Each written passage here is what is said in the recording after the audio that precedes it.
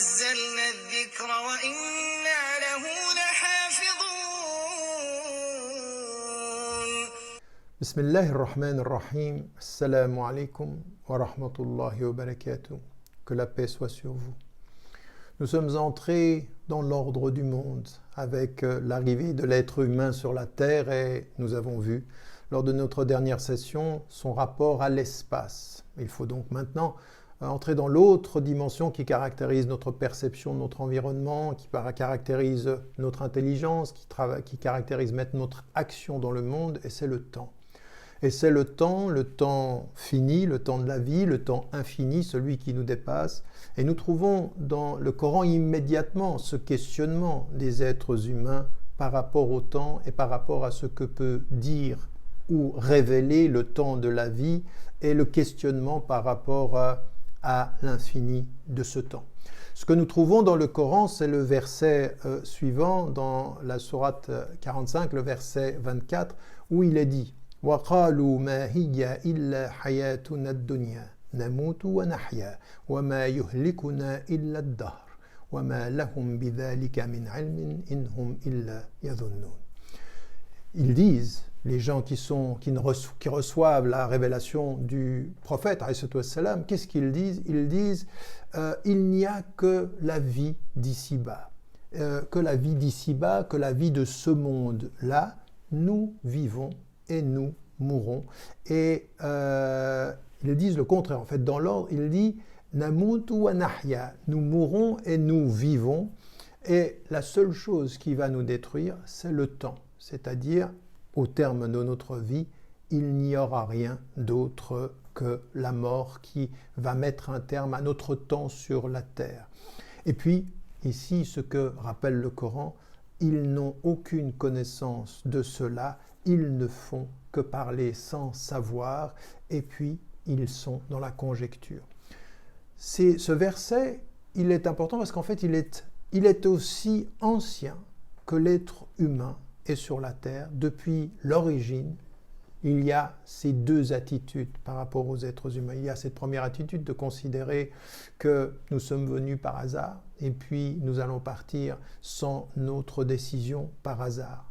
Tout est le fruit du hasard. Notre vie et notre mort n'ont de sens que la réalité de leur constatation.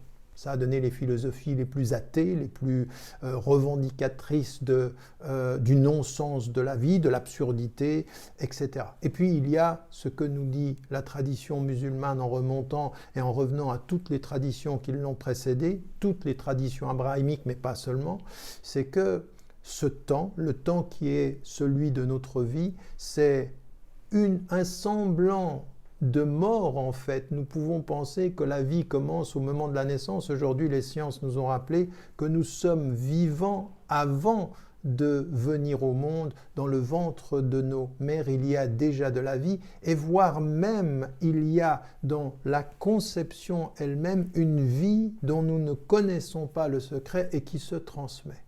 En d'autres termes, avec tout ce que nous savons scientifiquement aujourd'hui, nous n'avons pas le secret de la vie. Donc nous n'avons pas le secret du début même du temps. Et puis, avec de notre temps sur la Terre. Et puis, nous pensons, parce que c'est ce que nous voyons avec nos perceptions, que le temps s'arrête à notre mort. Et ce que nous dit la Révélation, c'est que vous entrez dans un autre temps. En fait, dans le temps de l'éternité, dans le temps qui est celui du temps avec Dieu, car Dieu est le créateur du temps et il est au-delà du temps, ni passé, ni présent, ni futur pour Dieu tel que nous le concevons, au point même que tout est relatif. 1000 ans de notre comptabilité, c'est un jour pour Dieu. Et quand on dit « fi sittati ayyam », quand Dieu a créé le monde en 6 jours, « el yawm » en langue arabe, ça veut dire un cycle de temps. Ça peut être plus qu'un jour. Ce peut être une période de temps qui peut être de plusieurs milliers d'années, plus qu'un jour auprès de Dieu, c'est peut être plus de 1000 ans pour nous.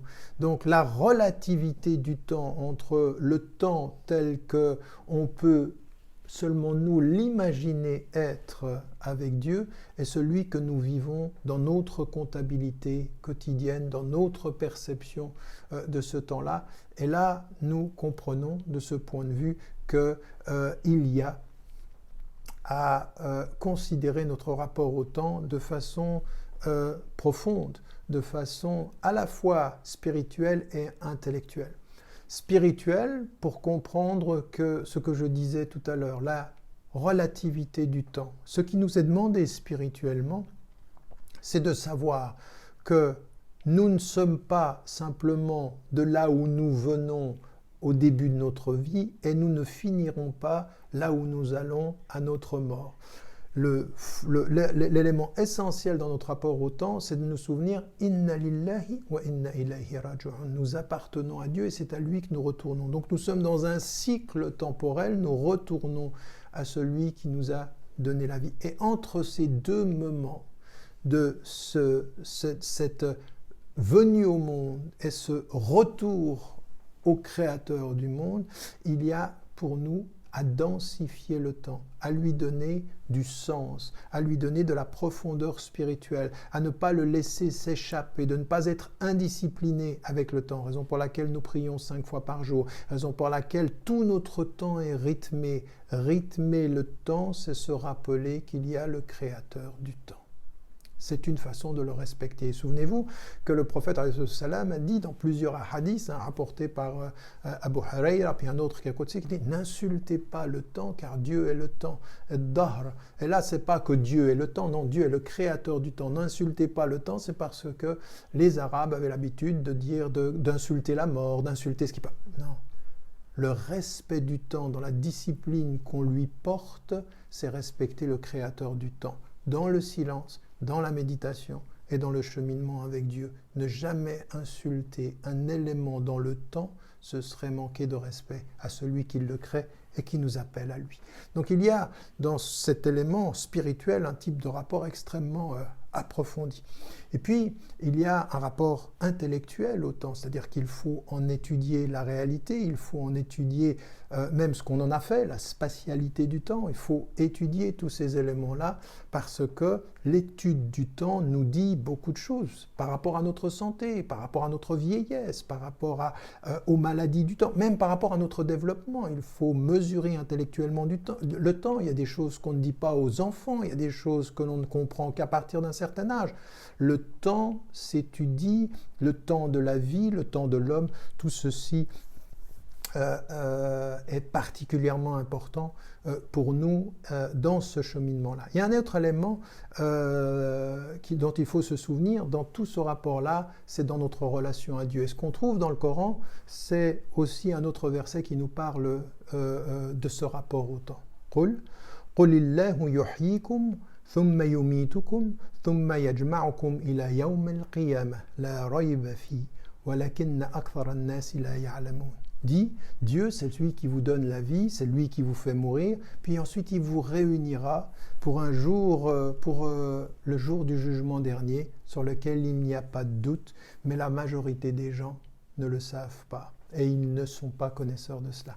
Et là encore, ce qui nous est dit par rapport à notre retour à Dieu, c'est attention, il faut que vous approchiez le temps avec intelligence et que vous l'approfondissiez avec spiritualité. Mais il faut que vous le gériez avec humilité, car il y a un temps après ce temps, et aussi sûr que vous êtes vivant, vous allez revenir à Dieu. Et il n'y a pas de doute sur cette vérité-là. Il n'y a pas de doute sur la mort, comme il n'y a pas de doute sur la vie après la mort. Les gens ne le savent pas, mais Dieu vous le révèle. Et c'est pour ça que vous avez besoin de la révélation. Vous avez besoin de la révélation pour revenir à Dieu et dans un acte d'humilité, savoir j'ai fait du mieux que j'ai pu avec le temps que j'avais. Et en revenant vers Dieu, eh bien, je m'en remets à lui. Mais c'est un élément qui est essentiel, dont il faut se souvenir. C'est lui qui vous donne la vie, c'est lui qui vous rappelle à lui, et c'est à lui que vous rendrez compte pour cette vie et pour ce qui sera votre place, Inch'Allah, si Dieu le veut, à ses côtés, après que cette vie soit partie.